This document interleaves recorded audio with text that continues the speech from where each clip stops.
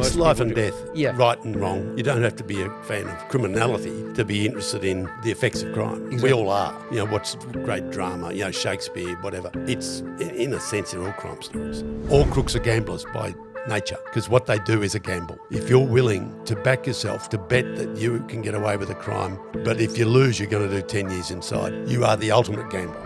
And one thing I've found in all this life of crime, when people do terribly violent things, there's usually a reason, unless they're born with some loose fuse, there's usually a reason. And the reason will often they've been abused themselves as kids, and it twists them. They're not doing that for fun. They didn't just do it because they wanted a fancy watch. There's some deeper motivation here. When you find out where they came from, oh dear, that's why you are the way you are.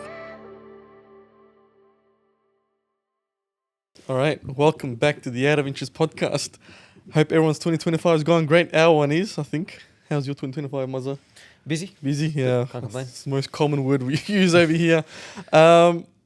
Today's guest is a fun one. It's going to be interesting because Muzza's a big fan of the Underbelly world. I've never watched it myself. All my friends used to watch it. And I'm like, oh, what are these guys sniffing, You're man? missing out. Because the thing was, Dad was a cop. So I was very anti-criminal growing up. So I never supported criminal stuff. So Fair enough. it's going to be a very interesting dynamic. You got a fan here and you got a non-fan. Not non-fan, but someone that didn't really follow us. So Andrew, welcome to the Adam Just podcast. How are you? No problem. I should point out that I didn't write the TV series. I co-wrote and published the Underbelly books, which were books of journalism, much like these I've got in front of us. Yeah. Where John Silvester and myself took stories we'd written for the newspapers, and we would polish them up, improve them, add to them, and put them into books. Mm-hmm. And that title, Underbelly, John thought of it, great title, and it worked well in books. And Eddie Maguire was a big fan, and he said, got to make TV, we've got to make TV out of this. And when he got the big job at Channel 9 in Sydney, 20 years ago, he probably was CEO for a year or something, but the first thing he did was commission Underbelly as a series against some opposition, I have to say. They said, oh, this is not, the experts said there's not enough female interest and blah, blah, blah, blah. Anyway, they were wrong because it was made by Screen Time. The first series was terrific and set the scene. I think after that it lost ground. I think the first one was terrific. It was really good. It set a very high bar in Australian drama. After that, it sort of traded on the name and it lost a bit of ground, I think. But good on him. Yeah. And good on Eddie. Eddie saw something in it. Well, it was a big hit. It was huge. Everyone was talking about it. Huge. And was there like a... It was banned. It was banned in Victoria because of legal problems. Yes. And John and I tried to warn the producers and say, look, if you go doing all this stuff, you're going to hit a legal hurdle because it's before the courts. And they poo-pooed it and said they knew better, and they were wrong. And Judge Betty King, I think it was, banned it in Victoria. Well, immediately it made the books sell because the books weren't banned. Yeah. Okay. So because of the ban, we sold a lot of books. Okay. Another thing happened, though. This is where naughty people get involved.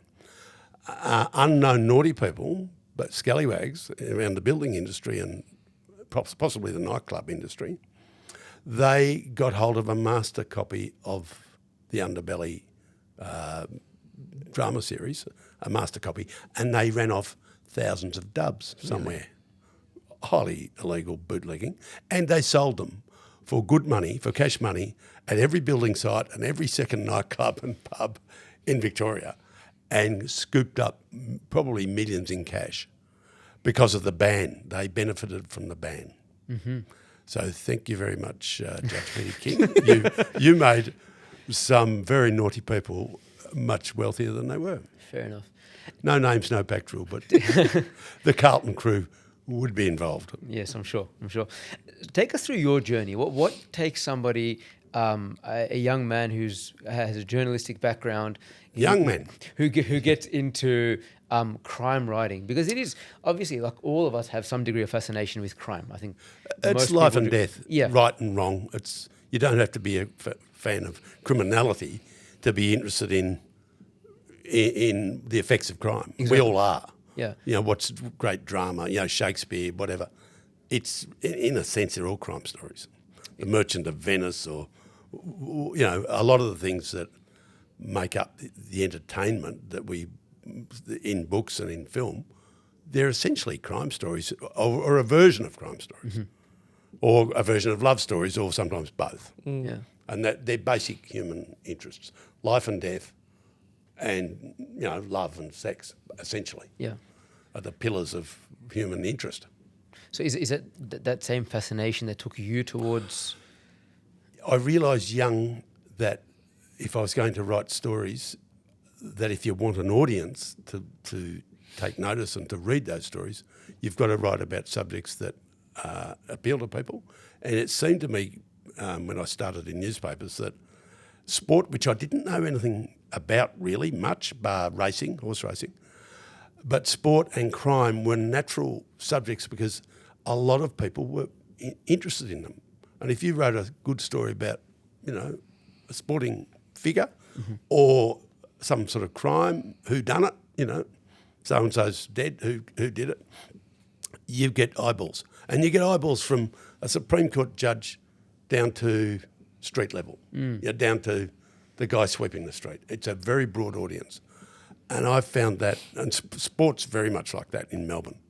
You know, I've been in courtrooms where, you know, there's an interval, a break, and people are going outside for a coffee or whatever, and there's the judge and there's a QC, people earning, you know, several $1,000s a day, chatting with the tip staff and the cleaner about the football.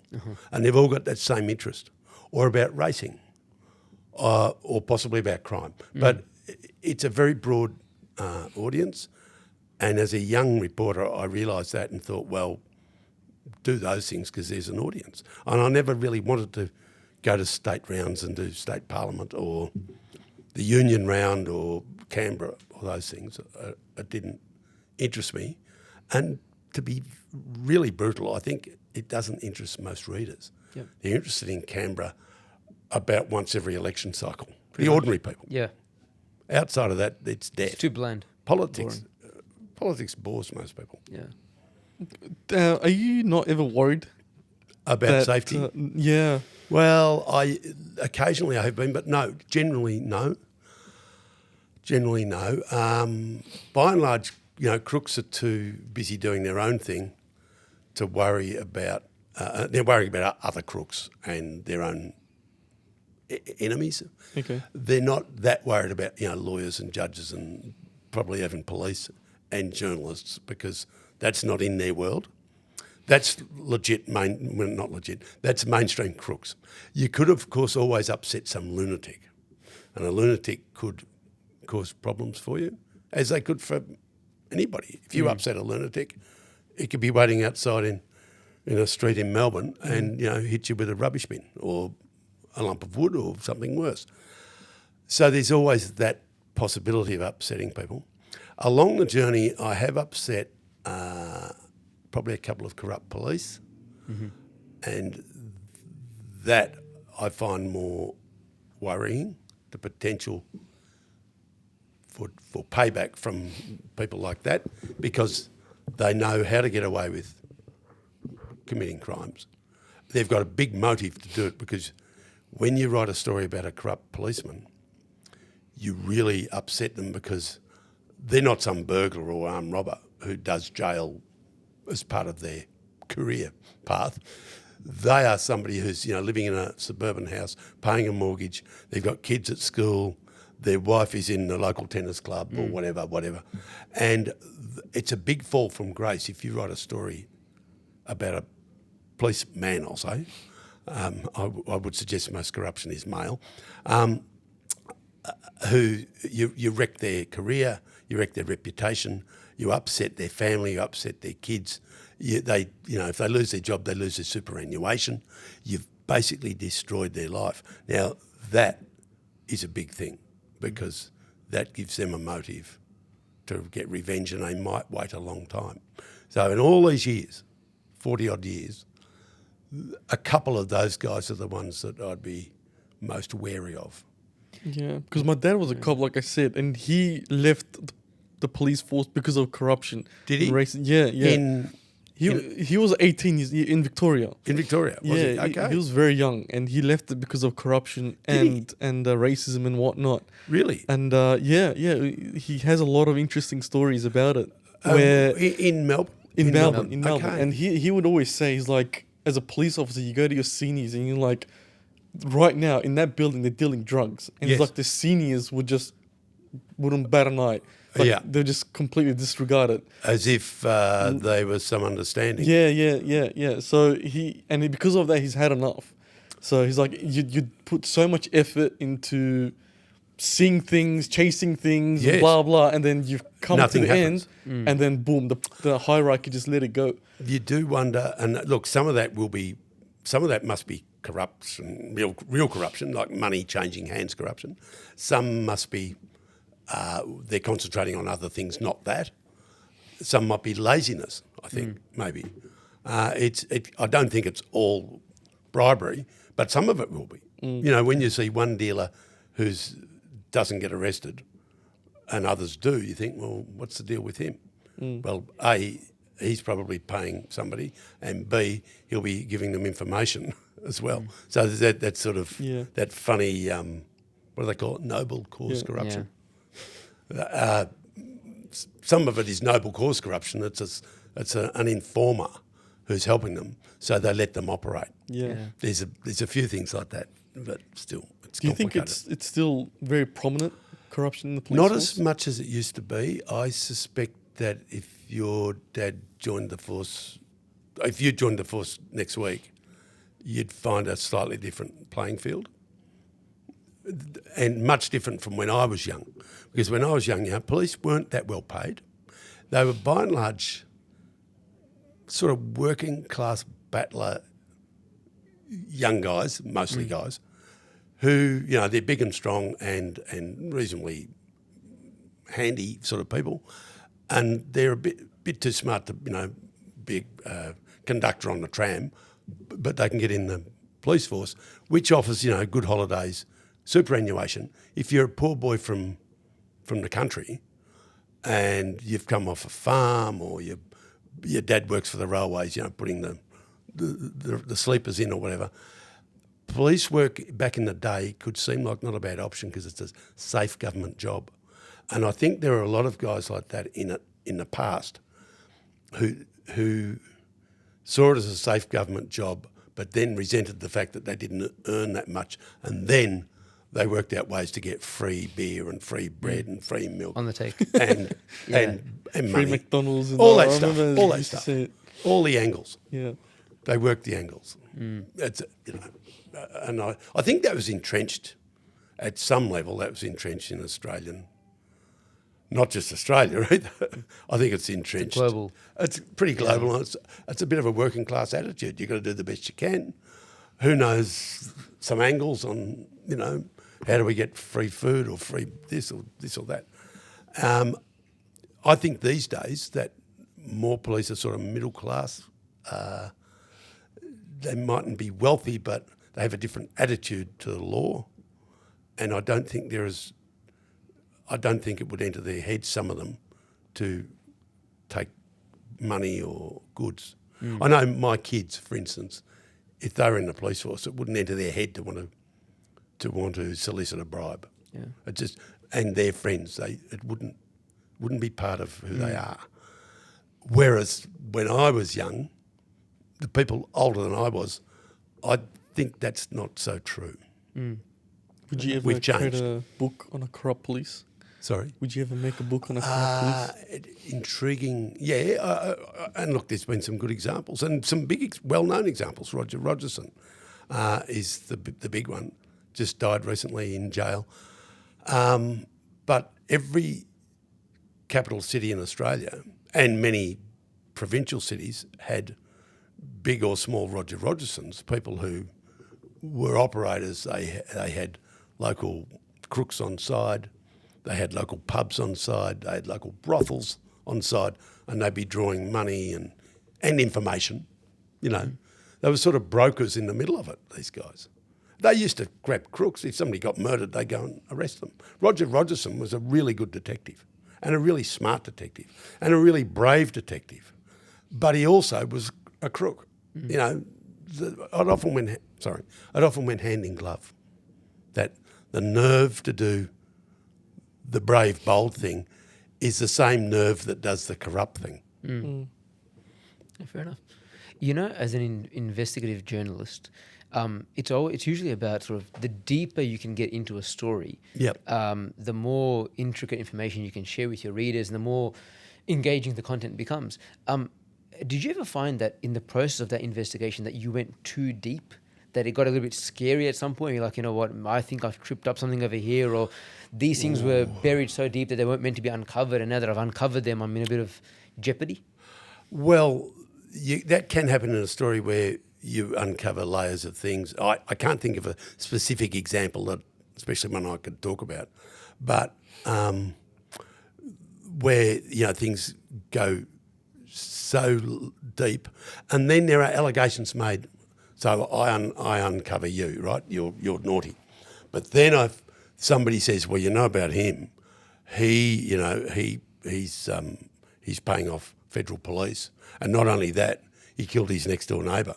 And you go, hang on. You know, who's saying all this? What proof have we got? Yeah. Sometimes the people that are giving information, they pile up more and more allegations, some of which might be true, but if it gets unprovable and there's no proof, you're dealing in very dangerous allegations with nothing to sort of, you haven't got a feather to fly with. Most of what we do needs some sort of documentary evidence. You know, where's the proof that so-and-so did that? You'll notice how often we write about people in jail or dead, because we can finally tell a version of what we believe to be the truth about them. What we believe to be the truth about them. We won't always be right. We say, so-and-so's just died. Well, let me tell you that he used to do this, and this, all these bad things. Then we get blowback saying, oh, you say it about a dead man, you wouldn't say it while he was alive. You say, yeah, there's a good reason for that. Yeah. Because they'd sue you. You know, it's not cowardice that makes us write about dead people. It's because the law protects the living so rigorously in this country. The defamation laws are stacked against the media in Australia. So what then happens where you have a case like Donald Trump now has unsealed certain records, and all that kind of stuff? Where does the journalist go from there to say, okay, well, now that all this has been sort of opened up to me, let me go and investigate this and really piece together the pieces of the story that have never been really pieced together in the past? Again, in Australia, the time lapse for unsealing things is sort of half a lifetime. Okay. So there's some things that happened when I was leaving school that are now being revealed because there's a 40-year rule or a 50-year rule on archives, certain things. And this can take, you know, there's every few years there's a big cache of government archives become available. And so we find out what really happened, what the Prime Minister really said to the Attorney General back in 1975 or whatever it is. Not sure if I'm answering the question, but it's a long lead time, and only a few of us that have worked a long time would get to see the start and the end of a story and work on it. Okay. Andrew, do you feel like criminals are being idolised? Because you look at Netflix, right? They've done the Jeffrey Dahmer stuff and the Menendez brothers, and they've gained so much pop. Like, people were like, the Menendez brothers are not guilty, blah blah blah. Even when they were in prison, they were getting love letters and things like that. True. Like, do you feel like criminals will always be idolised by a whole bunch of people? I don't know that it's a new phenomenon. It's not new. I just think we've got new technology now. Yeah. We're talking on it now. When Ned Kelly was being, to some extent, idolised by some people in Victoria in 1870s, 1875 to 80, he was seen by a subset of a very small society as a bit of a hero. He was against the government, he was against the police, he was brave, he was bold, etc. And the sort of people that supported him in a society that It was very sectarian then. It was Catholics versus Protestants. It was a big thing in those days. This is something that probably you don't care or realise about, but it was a very savage sectarian gap in those days between those two things that's drifted away now. And to some extent, working class Irish would identify with Ned Kelly, and Protestant sort of English would not. And so you had a situation where there was that sort of hero worship, which grew and grew after Ned Kelly was hanged. He became a byword for boldness and braveness and all that sort of stuff. All I'm saying is there's always been admiration for the highwayman, the robber, the cat thief, the cat burglar. There's always been that sneaking admiration for someone who beats the system, someone who's bolder than we are, someone who takes risks that we won't take. We can't help admiring them. Is there a criminal that you were like, hey, this guy ain't bad? And, yeah, providing not hurting us. I mean, no one admires, people who hurt kids and little old ladies and sex offenders, obviously. It's those who beat the system, perhaps. And if you perceive that the big banks are crushing little people through punitive, interest rates and mortgages, you might smile a little bit when somebody robs the bank. It's human nature. All right. Yeah. Particularly if they're not robbing you. Yeah. Yeah, that's unbelievable. We don't like it when they steal our car. Yeah. Somebody else. Whenever we see sort of, police drama or crime-related drama, there's always the role of a whistleblower or an informant or whatever it is. Yes. And usually that innocent party somehow gets roped up into all this, and sometimes they end up with the short end of the stick. Yes. Especially you watch the Underbelly series and you see what happens to all those guys. Absolutely. What has your interaction been with such parties? Whistleblowers. Look, they're a funny breed in an intellectual sense. Obviously, they're good people doing the right thing, okay? We need them. God bless them. They've done a good job. But in most police and others, and journos will tell you, that whistleblowers are often very difficult people. They're whingy and whiny, they're insecure, they feel not appreciated. They're sort of difficult people to put up with. Paranoid. And probably for good reason. And a lot of them, it seems to me, might have been motivated at some point by some personal grievance. Now, that doesn't mean that they're wrong. It doesn't mean they're making up bad stuff to get somebody into trouble. It just is a motivation. I work with you. I've known for 5 years that you've been stealing the milk from the fridge around the corner there in the workplace, but I don't tell anybody about it. I just keep it to myself until the day comes when I see you scratch my car. And then I go, that man is a very bad man. He steals the milk. Now, the whistleblowers are a little bit like that. Some of them.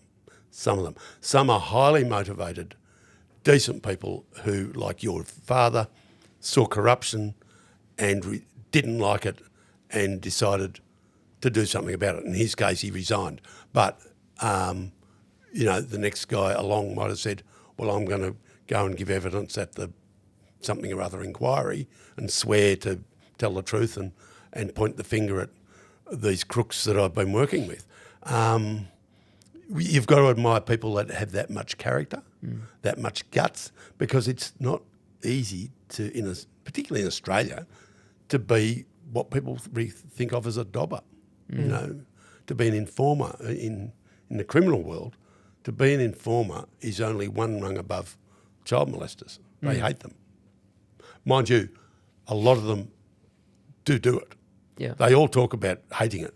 But when it comes down to it, they're in a police station and they say, look, Muzz, we can put you away for 20 years. You won't see your kids again.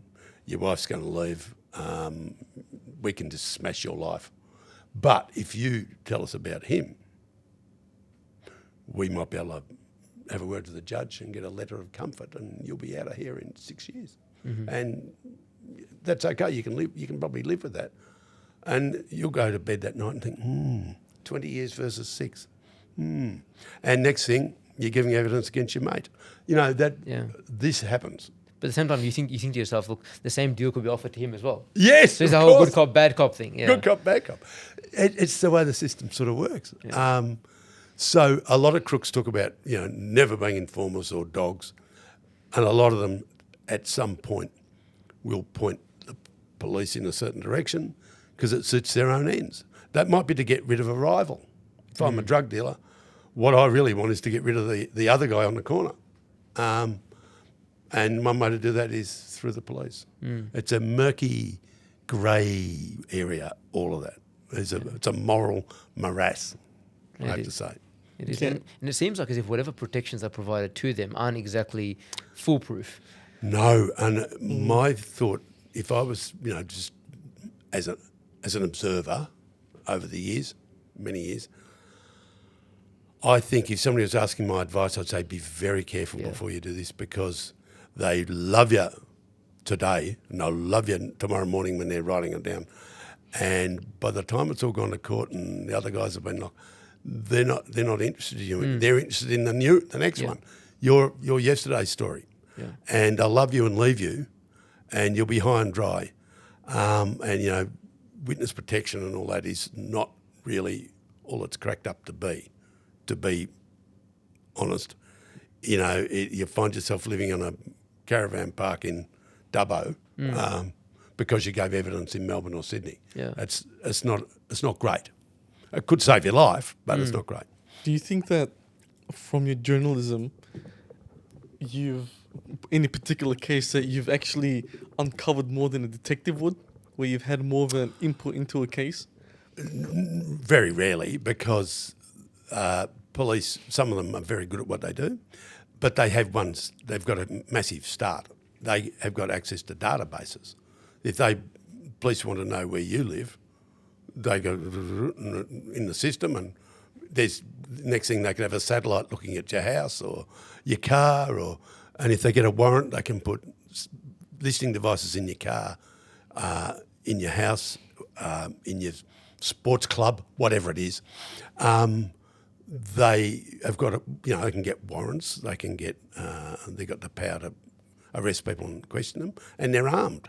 These are things that journalists can't do. We have to do everything, especially in Australia, where public information is very hard to get access to. In America, it's much easier. We have to do it the real hard way.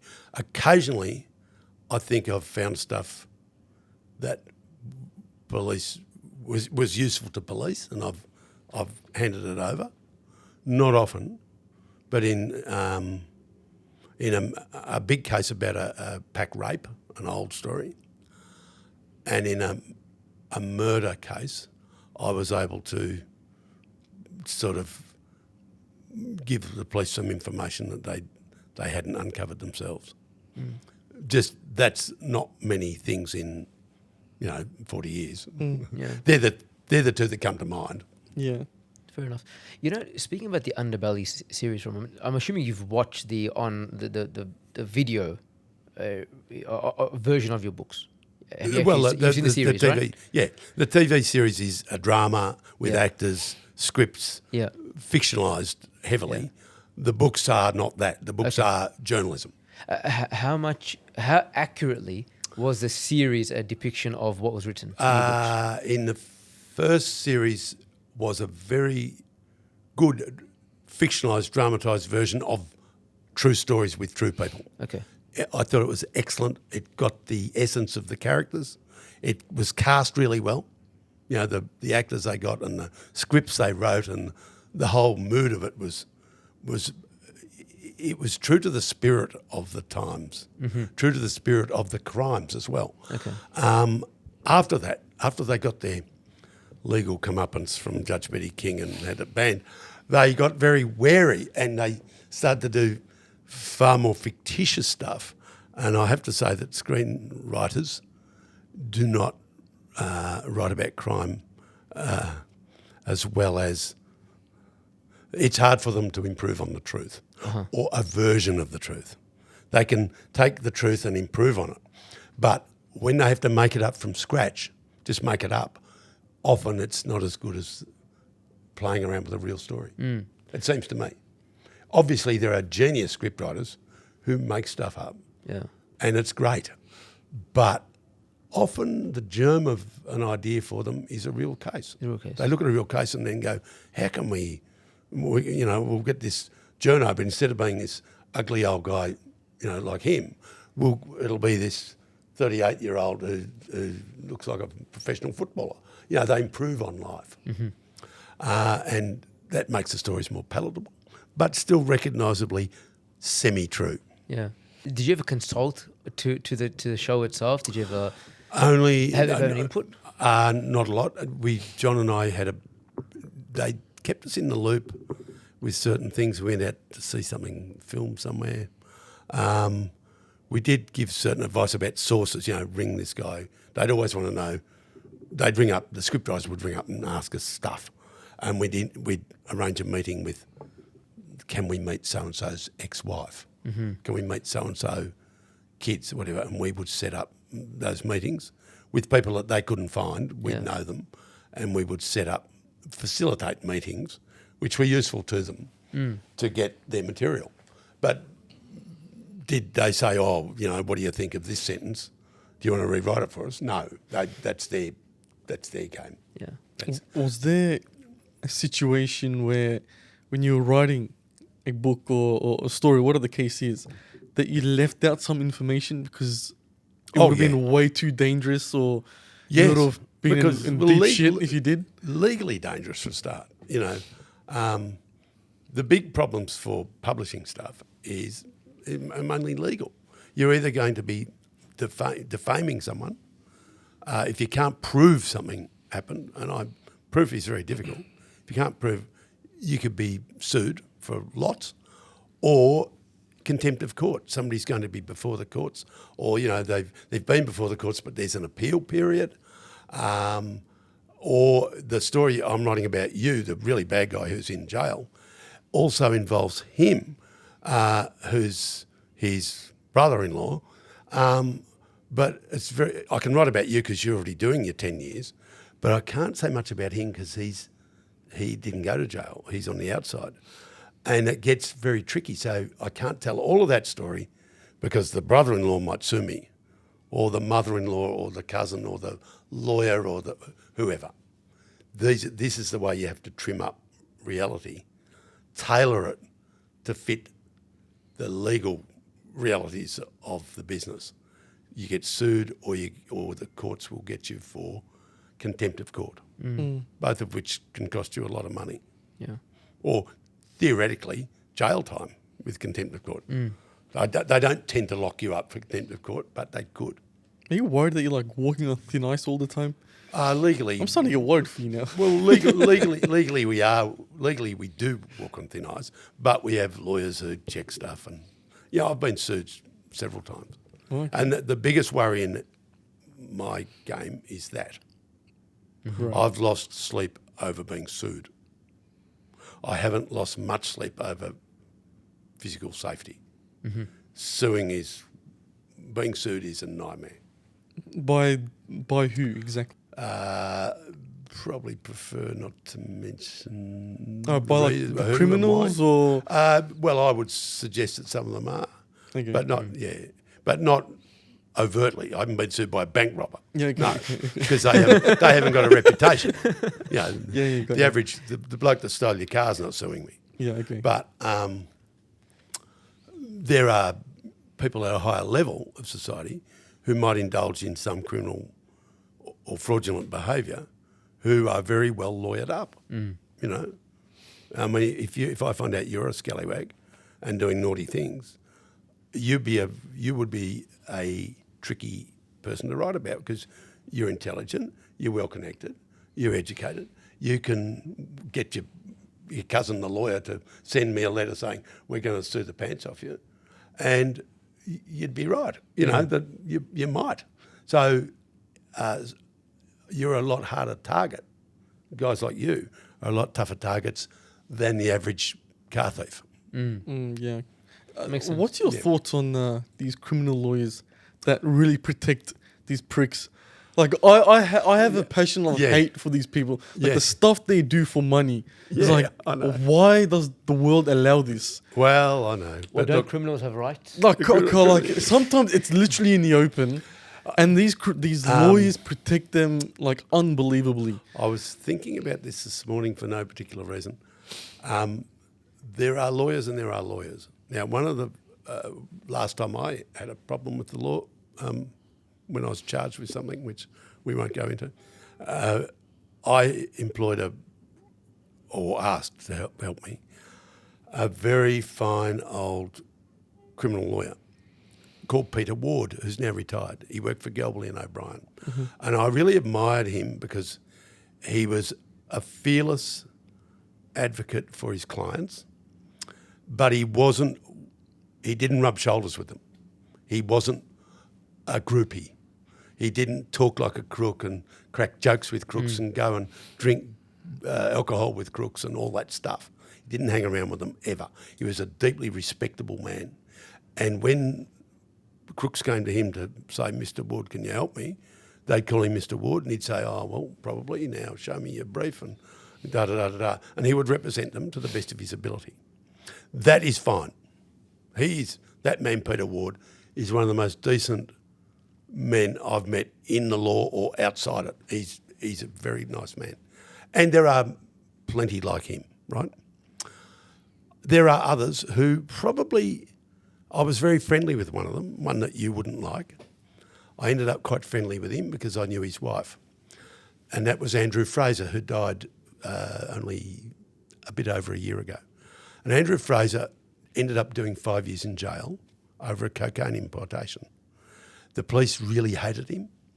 He did develop a very serious drug habit, and that led him to do stupid things. And he ended up giving advice to his own drug dealer who was bringing cocaine into the country. And the police nailed him because they hated him, because he used to nail them and he gave information against bent police. So the corrupt police were determined to get him and they got him. He did 5 years, which I have to say a lot of people are not getting for manslaughter. He got 5 years for something that, there are guys who kill people, don't serve much more than that. He served nearly every day of that sentence, bar 3 weeks or something. He was loud, he was aggressive, he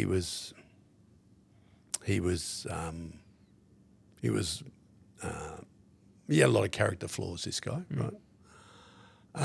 He was funny, he was good company. He'd been very popular with a lot of other lawyers because he was the life of the party. And in fact, in many ways, he was the party. He was the guy that always had the champagne and the sports cars and the cocaine, as it turned out. Ultimately, I sort of didn't mind him. And one of the things I liked about him, when he got into trouble, he could have dragged down a lot of fellow lawyers. He could have said, well, what about him and that judge over there? I've done cocaine with that judge and I can find somebody to testify to that. He didn't do any of that. He took down no one with him. He did it alone. He faced jail and he never took anyone down. And I found that sort of admirable in its way. Yeah. And not everybody did that. There was another person charged with him who gave evidence against him, who took others down. And I think that person I don't admire at all. So there you go. Yeah. Just one of those things. Makes sense. I don't know if that answers the question. It's tricky. That guy, the guy we're talking about, Andrew Fraser, he represented the scum of the earth. They were scum of the earth that made a lot of money and they paid him very well. The deal was, if we ring you at 1 o'clock in the morning, you come. Yeah. You get to the police station and you tell us what's what and deal with the police and all that. That was the brief. I guess someone's got to do it. If you're a surgeon, I heard a funny story the other day, a surgeon who just died. He loved his car. He had a beautiful Fiat. He was a surgeon at Shepparton, and this beautiful Fiat sports car. And he's at work sewing people up and saving lives. And his car gets stolen from the car park. Next thing, lunatic kid's got a young guy. He's hit a tree out down the road and smashed the car to 1,000 pieces. And he's severely injured, or fairly badly injured. And they wheel him into the hospital. And it's this surgeon, and he waves the car keys at the kid. And the kid says, "I want another surgeon." Anyway, he saved the guy's life, stitched him up, saved his life. And the legend is he didn't use anaesthetic. But in the end, he's a surgeon. The guy's smashed to bits. He saved him, regardless of the fact that he'd stolen his car and made him very angry. That's the job. So lawyers are sort of in that position, and some do criminal law and some do other forms of law. Criminal law has a corrosive effect on many of the practitioners, though. I don't think it's good for people to be a criminal lawyer unless, like Peter Ward, they keep a barrier between themselves and their clients. Never socialise with them, never drink with them, never identify with them, never ask them for a favour or accept one. Do not do that, because then you're sort of trading with them. Yeah, have boundaries. You know, here, boss, we've got, I've got whatever. I've got a leather jacket. I've got a, whatever it might be. Don't play those games. Just say, no, you'll get the bill at the end of the month and I'd like you to send a cheque. Fair enough. End of story. Mind you, a lot of lawyers used to back the Mercedes in and open the boot and get cash, So there you go.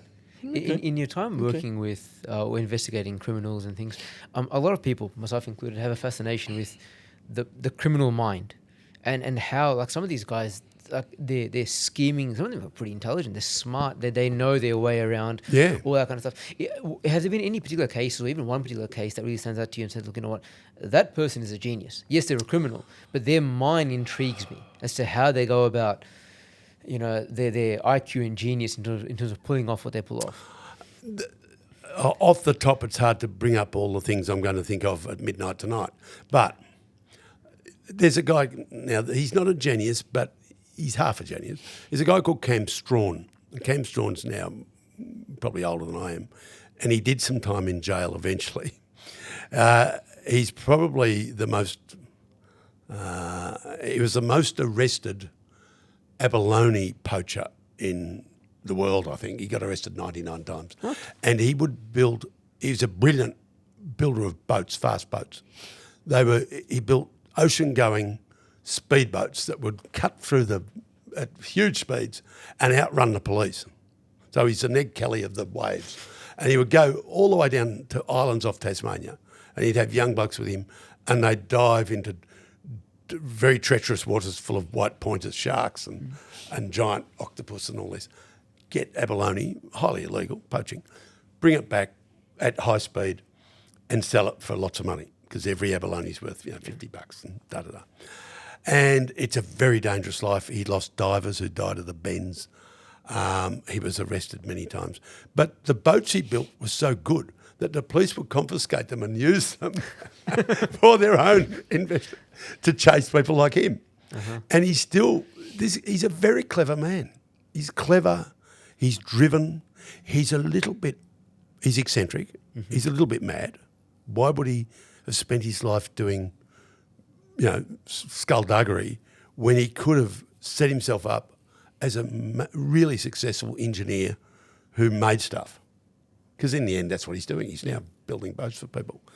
But I think something about it appealed to him. That the Ned Kelly thing sort of got into his head when he was 12, and he couldn't help himself. Now, there's one guy. Now, he's not a genius. He's not going to take over the world. But jails, they're not full of clever people. They're full of dumb people. But there are some clever people. And I know prison guards have said to me, I used to play chess with that one. He was very good at it. Smart guy. There are some very devious minds, guys that were very good at the big con men, and very good at games of highly numerate, good at games of cards and chess and all that sort of stuff. They had the sort of tactical brain that could think around corners. And the smart ones among them, particularly guys that could work out financial scams, they're very clever people. Just that they devoted their energies to doing the wrong thing instead of, they wanted easy money or fast money, when it would have been so much better to become, a really good accountant or something and make legitimate money. But anyway, that's the nature of... I'll tell you one, David McMillan. David McMillan, known as McVillain, he will end up probably dying in jail. He's slightly older than I am. He went to Caulfield Grammar way back when Nick Cave was there, that sort of stuff. And he was set on the path of doing skullduggery from school days. He used to try and make drugs in the lab at school, and he would find credit cards, and use them to buy things. And his sister told me he just couldn't lie straight in bed. He would rather make a dishonest dollar than an honest dollar, and that was the nature of the guy. And he was a sort of a genius. Great intellect, great personality, great talker. Back in the old days, they had a thing called Peter's Junior News, and they would have kids from school come and read the junior news at the TV station, 12-year-olds reading the news, to just a 5-minute segment. He was one of those. He used to read the news to camera because he was good at it.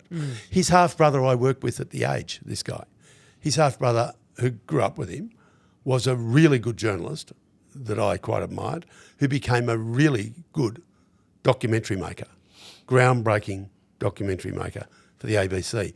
Smart family. But one guy went that way and one guy went that way. And he basically thought that he could import heroin from overseas and beat the system and make a lot of money. And you know what? For a while he did. He made obscene amounts of money in his 20s. He was driving around in Lamborghinis and all this stuff, and it all ended in tears. He's done jail in every continent in the world. He was locked up in Thailand in the what do they call it? The Bangkok Hilton, which is a very big jail. Very hard to get out of, very dangerous, very dirty, very tricky place. But he was able to bribe people and organise things and get help. Very clever. He made up a fake gun out of balsa wood and painted it black. He did all these things. He built a ladder out of, I think, broomstick handles, bamboo, and he broke out of that jail, which no European had ever broken out of. And you know how he walked away from it when he got over the wall? He had a parasol, an umbrella, and he put it up and carried it over his head and walked slowly. His reasoning was that escaped prisoners do not walk slowly carrying an umbrella. How good's that? That's a genius. That is a mark of genius. Yeah. But of course, he wasn't smart enough to stay away from trying to do. He just kept trying to beat the system. He wanted to prove that he was smarter than the rest of the world. And that has kept him in trouble. And he will die drug addicted and probably in jail or in some sort of hospital or something. It's, a locked ward or something. David McMillan, one of the very clever crooks, but it didn't do him much good. Him. McVillain. Yeah, I'm telling you, make a story about him. Oh, he's a good. Oh, yeah. There have been some things. I published a book by him that I edited called McVillain, but there's been a couple of others. He can write really well. He's very articulate. Right. Very funny, very wise and clever and all that. He'd be great to have here. But he's also very bad. Is there a story or a criminal, whatever, that you would love to create a story on? Create a story about, over the journey you run against people or situations that give you an idea for something that you could fictionalise. You go, well, this is an interesting cat, and that's an interesting cat. What if, what if? And I've made up I've got a story in my head that I've sort of half written, and it involves where horse racing meets crime, which is a pretty fertile ground, I have to say, because all crooks are gamblers by nature, because what they do is a gamble. Yeah. If you're willing to back yourself, to bet that you can get away with a crime, but if you lose, you're going to do 10 years inside, you are the ultimate gambler. Or you might be shot or something. Yeah. You might get thrown off a 20-storey building. That is the biggest gamble. So all crooks are gamblers to a great extent. And literally, casinos, racetracks, they're there gambling. And a lot of them feed the gambling habit with criminality. You're not sure, are they criminals so they can gamble, or are they gamblers who just have to rush out and get some more dough sometimes? It's hard to know what the truth is, When I look at a casino and see the people bet, I think you're just an addicted gambler. But because you are, people can persuade you to do bad things in order to feed the addiction. Yeah. It's a funny monkey grip situation. But to answer your question, yeah, you can take a real situation in racing that existed once. You could take, real crooks associated with racing, bookmakers and so on, and build them into a story that would work as a piece of fiction, as a book or as a film. I'm hoping both. I'm hoping that I'm creating something that will be a book and probably a streaming, the streamer type film. That's really become the new novel. Yeah. The streamers 100%, I agree. the things that didn't exist when, 20 years ago, they're now mainstream part of life. Yeah.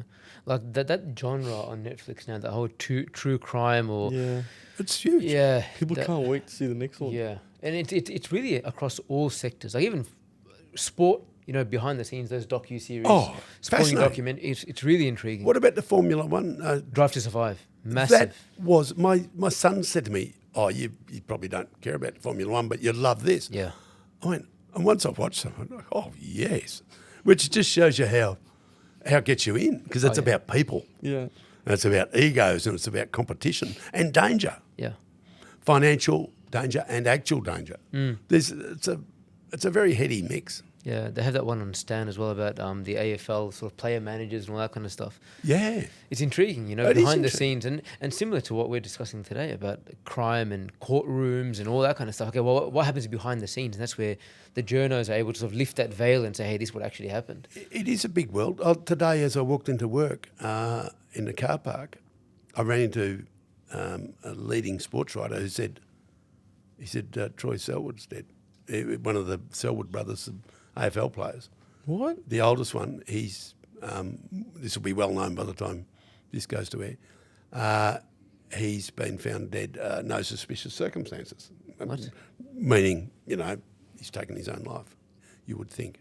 So there's always something happening in, big time professional sport. It's the high stakes stuff. There's winners and losers, and there's a lot of people associated with high stakes sport that get very depressed. It's like showbiz. Yeah. When the crowd stops cheering and the money stops coming in, they get extremely depressed about it because they hadn't planned for that. They hadn't, or even planning for it doesn't alter it. It still leaves them very flat, the aftermath. It's a good segue into the next question I want to ask you about. How do we do that? Is there a side of all this that sort of makes you numb to what you see and what you hear, where you've been reporting on this for so long and you've seen so many gruesome things that nothing surprises you anymore? And how do you manage all that, the mental side of all this? Because you end up uncovering things that are quite unsavory. You end up hearing and seeing a lot of things. You see a lot of pain and a lot of misfortune and trauma and all that. And you see the victims and you see all that side as well. I can't claim to be as potentially traumatised as photographers and film crews that have gone into situations and got up close and personal to take pictures and stuff.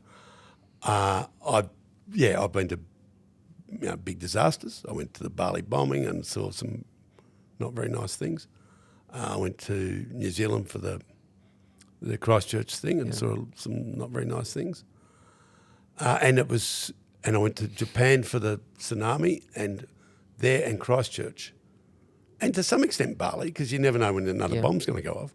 You realise when you finish the job and come home how much tension and fear there was, which was drowned out by the adrenaline of doing the job. But I realised when I got back to Melbourne after, I think Christchurch happened and then Japan happened within 4 weeks or something, that after I'd got back from the second one, if the goods lift really make a loud noise at work, I'd jump I'd jump like hell and I'd get a fright. And I thought, oh, that's not normal. That lift's been making that noise for 20 years. Why am I suddenly... Well, what it was from being in buildings where they were shaking in the earthquake and you were scared they were going to fall down and you got scared. And for a while, I carried that little bit of post-traumatic stress. Now, I'm not... My wife thinks I've got a little bit of PTSD, but I guess to some extent we all do. Life gives it to you. Bad experiences, they change you in some ways. You're not the same person you were when you were 8 years old. None of us are, and it's hard to know how we've been changed and by what. But to answer the question, I don't feel that I've been grossly traumatised by things. I don't have nightmares about things. They were scary, unpleasant jobs to be on, but it's not the same as being an ambulance or first responder, police, ambulance, firemen, fire officers, firefighters, going to things where there could be a family incinerated, a child incinerated. You're pulling dead bodies out of cars. Sometimes children the same age as your children. They are the the people that get really badly traumatised, and I don't think it's right for journalists to never touch a dead body to compare themselves with that sort of trauma. It's just not right. We don't, by and large. We don't. We write about it, but we don't do it. Yeah. It's, now that you said that, there's been a lot of plane accidents, and God knows what those first responders are seeing. Awful. It must be chaotic. I can think of an Age reporter that was in Indonesia when that plane crashed and killed a lot of journalists and injured many. And I knew this Age guy. He was not a friend of mine, but I knew him. And I think he was traumatised by his friends being one woman, a journalist, got her legs cut off and one arm cut off or some awful stuff like that, grossly injured. And he was one of the first people around and helped, with it all. And they were friends and they were close and they were workmates. I think it had an effect on that guy. As I say, he's not a friend of mine. I've seen him since and I always feel sympathetic. I think it had an effect that probably altered his judgment, and he later did a silly thing at work, in the workplace, that got him sacked. He lost his job, a very good senior job. And I suspect that the trauma that he went through somehow altered his the way he thought and might have just screwed up his thinking processes. It might have made him reach for the bottle more often to drink or whatever, and altered him in ways that would not have happened otherwise. Now, that's unprovable. I'm just making that up. It's unprovable because we'll never know what he would have been like had there been no plane accident with his friends involved. None of us can know what we'd be like if we'd taken the high road instead of the low road. We don't know, do we? Yeah. It's interesting life out there, not going to lie. Andrew, I see a couple of books on the table. Oh, yes. Are they your new books or what are they? Well, this one, Rule on Crime, is new. It's a new version of I'm showing the camera that doesn't exist. It does exist. Rule on Crime is a updated version of a book I've had out for a while, and I updated it because of the Easy Street murder. The new development in that is that the police only some weeks ago or months ago arrested a man, a Greek citizen, Greek Australian citizen, dual citizen, in Rome. Okay. And they've brought him back to Australia to face charges over the Easy Street murders of 1977. Now, we won't say much about that because it's going to be before the courts, but because of the update, the change in that story, I rewrote the story and made it as up-to-date as it can be within legal bounds and reissued that book, Rule on Crime. Very good book. And here is a very similar book called Life and Crimes, which you'll note is the same title as my most excellent podcast, which is the Herald Sun produces very ably.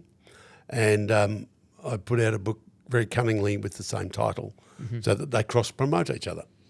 They're quite similar, those two books, but they're just journalism, real stories. Where can people buy that? People can buy those at good bookshops or bad bookshops. I've always wanted to Everywhere. know, do you guys, when you write a book, do you write it word for word, or is there someone else that comes in and does all that? Yeah, look, there is, with mainstream publishers, say that one mainstream publisher, there is an editing process and there are editors and they say, why don't we do this? And there's often, to make stuff uniform, we've got to spell this word this way, not that way, know. Muhammad might be spelt one way here. And depends which style. But you've got to adapt to a particular style. Yeah. And numbers, do you go 1 to 10 with figures and then or with spell it out and then do the numbers. All these little things that you don't think about. Yeah. There's dozens of them in books that have to be done, as well as clumsy expressions or repetitions often, especially people like me, you repeat yourself. You use the same phrase or the same sort of comparison or metaphor. And an editor that's read it all in the space of 2 hours goes, well, hang on, you did that on page 5 and now it's on page 25, So there's all those things. They improve. Good editors improve your copy. Right. I'm reasonably clean. I'm a pretty clean writer. I don't do many misspellings. I've got, my grammar's pretty good. I've got a pretty good grasp. So my copy is pretty clean before it gets to the editors, but all copy needs another set of eyes to go through. Anything we write is better if someone else reads it and checks it. And here's some advice for nothing. Anything you guys write, it's better if you look at it tomorrow morning before you send it. First job in the morning, get up, drink of water, turn the computer on, go through that email that you wrote last night at 9 o'clock and didn't send. Don't send it at night. Read it and go, I think I might have been a bit strong there, or I might have been a bit intemperate there, or a bit loose here, and also that word's not spelled correctly. And I've used 3 exclamation marks, and that looks shit house. I better temper it and change it. You'll always improve it. Yeah. Always read everything except a shopping list next morning, and it'll be better for it. No, great advice. It's actually quite true. No, I've used that a few times and it agree. actually works out pretty well. Well, if you send it at night, they're not going to read it until 9 a.m. next Correct. morning. You might as well tamper with it at 7:30 a.m. Yeah. and they still get it at the same time. I do this with stories. I can often file a 2,000-word story on a Thursday night, and I don't. I save it until Friday morning at dawn. I get up early. I go through it for an hour. I go through it and perfect it. Then I send it. And the guy that's going to get it, at 9 o'clock he gets it. But I've improved it. Yeah. And I've found the thing that was going to make me look foolish and fixed it. You hope. Yeah, I did that the other couple of weeks ago. Wrote a very harsh email to the HR manager. Yeah. And then I left it in draft, and the next day I just you know what, let's soften this up. Yeah. So Not worth the it pain. saved me a lot of headaches. Yes. You must never send an angry, yeah. Or you got to have the rule, do not send, Yeah. do not send, do not send. Yeah. Should always just leave it on draft. But hey, Andrew, look, thank you so much for coming on. It's been a pleasure having you on. I think it was Pleasure to be here. Quite an interesting chat. Yeah. Quite an interesting chat. Intriguing. Talk underwater. So this is for your young listeners. Yeah, there's a whole bunch of age. I don't know what All age. ages? Yeah, all ages. All man. ages. Yeah. All net worths, everything, to be I'm honest. sure there are many Underbelly fans out there. Yeah. A lot of Yeah. people I watch feel this. like I Well, should I give it do. a go. Yeah. Underbelly. No, I've you never like watched it. You like it. I feel like You like Peaky Blinders, right? no. No, you don't. You don't watch any. Oh, I Come like on. the Dharma and the Menendez brothers. That was great. Yeah. he's interesting. Now I was in LA when that happened, and that was the real trial was on television. I was there in '95 or Okay. '3, and it was every day on television. The trial with the real brothers. And Yeah. like, God, this is terrible. They shot their father, they shot their mother, Yeah. and it was awful. But now I see that. I go, oh, there's two sides to this story. And one thing I've found in all this life of crime, when people do terribly violent things, when young men or older men do really violent things and kill people, there's usually a reason, unless they're born with some loose fuse, there's usually a reason. And the reason will often they've been abused themselves as kids, and it twists them. That rang, as soon as they said these kids had been abused, I went, oh, that actually makes sense. That makes sense. That they kill their own parents. They're not doing that for fun. Yeah. They didn't just do it because they wanted a fancy watch. There's some deeper motivation here. And I've seen it 20 times with crooks. When you find out where they came from and which boys' homes they went to, you think, oh dear, that's why you are the way you are, because of what was done to you when you were 13 in this home or that home. Because a lot of bad stuff happened. No, it's And that's not making excuses for crooks. That's just reality. yeah. No, it's a very common thought in this day and age. The mental health at a young age. It is. As they get older, they do some damage to people around them. David McMillan, we spoke about, the criminal genius. I think he was just a naughty boy. He might have been screwed up because his parents split up when he was young, and it might have his mother took up with other men. Some of that might have screwed him up, but I don't think he was abused. I think he just wanted to show, I'm smarter than you are, and I'll prove it. Yeah. And you might be big and strong, but I'm clever. And I think it was that sort of arm wrestle. Whereas a lot of these really violent guys, it's which McMillan never was. There's something bad has happened to them, and they're fighting back all their lives. They're trying to make up for that. What happened to them? Yeah. Christopher Dale Flannery, Paul Stephen Haig, all these awful killers and murderers and underworld murderers. There's a backstory. Yeah. No, 100%, 100%. But other than that, Andrew, thank you so much for coming on. Thank you. I hope pleasure. I haven't broken the microphone. No, it's Unbreakable. very intriguing. Don't forget to buy his book. Buy the book. Watch Underbelly, support that, everything Oh, else that he does. Books and the Great. podcast. Yeah. And then the podcast. But if you guys did like the episode, give us a like, subscribe, means the world to us. Give us a comment as well. And until then, we'll see you guys in the next one.